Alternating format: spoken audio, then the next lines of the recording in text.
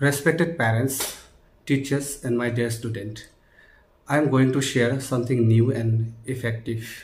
16 তাৰিখে মই world school summit বেংককত প্ৰেজেণ্ট আছিলোঁ আৰু মই তাতে ইনস্পিৰেশ্যনেল লিডাৰশ্বিপ এৱাৰ্ড পাইছোঁ আৰু honorary doctorate from Maryland State University I have received. তো তাতে পৃথিৱীৰ বিভিন্ন দেশৰ মানুহ প্ৰেজেণ্ট আছিলে related to schools and school education and health education. So' তাতে কেইটামান বস্তু মই নতুনকৈ শিকিছোঁ আৰু লাহে লাহে আমি আমাৰ স্কুলতো ইমপ্লিমেণ্ট কৰিব ট্ৰাই কৰিম। তাতে এটা বহুত ইম্পৰ্টেণ্ট বস্তু এটা মোৰ মনে চুই গৈছে, সেইটো হ'ল আৰ্টিফিচিয়েল ইণ্টেলিজেঞ্চ এণ্ড ৰবটিক্স। আমাৰ এতিয়া লাহে লাহে artificial intelligence will play very important role in our daily life, daily work. আমি মোবাইলত কিবা এটা বস্তু চাৰ্চ কৰিলে বা যিটো ধৰণৰ বস্তু আমি চাৰ্চ কৰোঁ সেই ধৰণৰ বস্তু অট'মেটিক আহি থাকে, সেইটো আৰ্টিফিচিয়েল ইণ্টেলিজেঞ্চ। তো তাতে আমাৰ সেই ৰিলেটেড AI ৰিলেটেড 3-4টা ইণ্টাৰনেশ্যনেল অৰ্গেনাইজেশ্যন আছিলে। আমিও লাহে লাহে এটা গ্ল'বেল কানেকশ্যন কৰিব ট্ৰাই কৰিম। আমি স্কুলতো কিছুমান বস্তু আমি ইমপ্লিমেণ্ট কৰিব ট্ৰাই কৰিম। আৰু বোধহয় জাপানৰ এজন এডুকেটৰ আছিলে, মানে শিক্ষাবিদ, তেওঁ এটা কথা মোক মনে চুই গৈছে কি আমাৰ কিডছৰ বাচ্ছাবিলাকৰ মাইণ্ড যিটো ডেভেলপমেণ্ট হয় 5 বছৰলৈ খুব স্পীডত হয়। তো আমি যিমান ময়ো এই বস্তুটো এগ্ৰী কৰোঁ আৰু অলৰেডি মই ইয়াতে ইমপ্লিমেণ্ট কৰিছোঁ, সৰুৰ পৰাই বস্তুটো বাচ্ছাৰ মাইণ্ড ছেটআপটো ভাল কৰাটো খুবেই ইম্পৰ্টেণ্ট। সৰুকালৰ গ্ৰ'থটো বেছি হয়, সেইকাৰণে সৰুকালতেই যিমান আৰ্লি ষ্টেজ গ্ৰাছৰুট লেভেলত আমি গুৰুত্ব দিয়াটো খুবেই দৰকাৰ। ৰিয়েলি মোৰ যিটো এইটো এটা ৱৰ্ল্ড ছাবমিট মিট আছিলে, এইটো মোৰ বহুত এটা গ্ৰেট এক্সপিৰিয়েঞ্চ। মই বহুত বেছি ইনফ্লুৱেঞ্চ হৈছোঁ।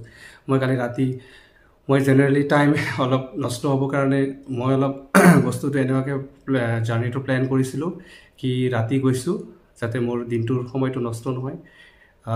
ইভিনিঙত আফটাৰনুনত ইভেণ্ট আছিলে, ৰাতি 10-11টালৈ ইভেণ্টটো হৈছে, প্ৰায় 8 ঘণ্টাৰ প্ৰগ্ৰেম আছিলে। আকৌ পিছদিনা আকৌ মই ৰিটাৰ্ণ হৈছোঁ। কালি ৰাতি মই মোটামুটি 3টা বজাত আহি পাইছোঁ।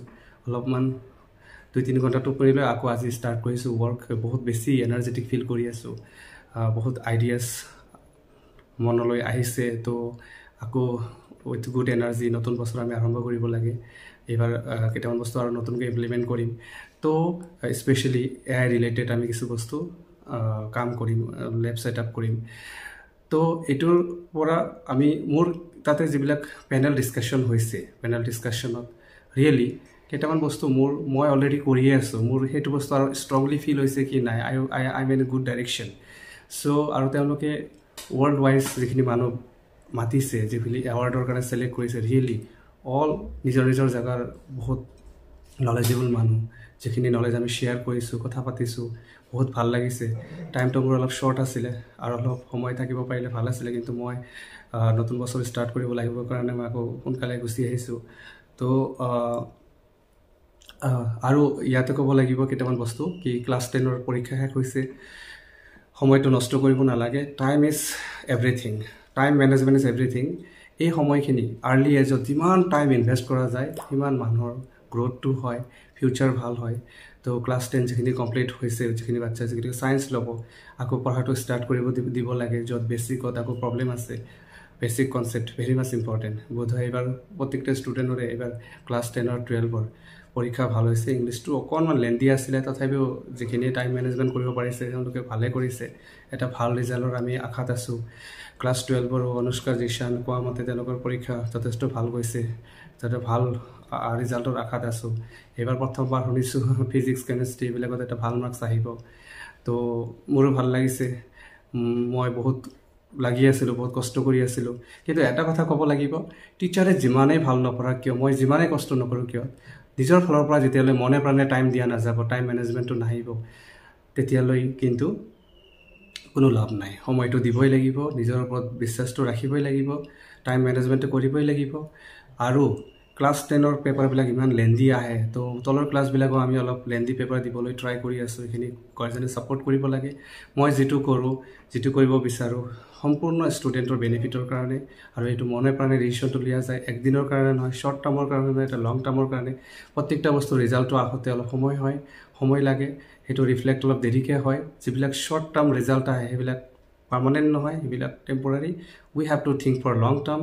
ময়ো যিটো এৱাৰ্ড লৈছোঁ, ইমান ভাল ভাল মানুহ তাতে আহিছিলে, মই নিজেও কেতিয়াও আশা কৰা নাছিলোঁ। মই অলপ ট্ৰাই কৰি আছিলোঁ 2-3 বছৰ আগৰ পৰাই, পেপাৰ ছাবমিট কৰি আছিলোঁ, মই লিখি আছিলোঁ, মোৰ ৱৰ্ক বস্তুবিলাক মই তাতে ছাবমিট কৰি আছিলোঁ, ট্ৰাই কৰি আছিলোঁ।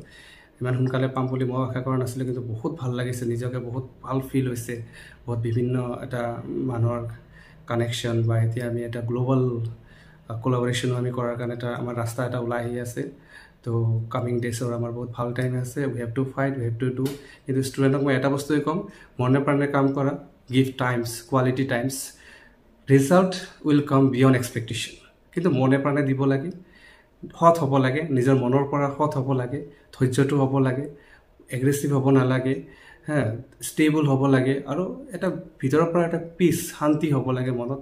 যেতিয়া মনে প্ৰাণে কাম কৰা যায়, আইডিঅ'লজি ভাল হয়, এথিক্স ভাল হয়, অট'মেটিক এটা ভিতৰৰ পৰা এটা বেলেগ ধৰণৰ এটা এনাৰ্জি ফিল কৰা যায়। এতিয়া লাইফটো এটা আমি উপলব্ধি কৰিব পাৰোঁ, উপভোগ কৰিব পাৰোঁ ভালকৈ।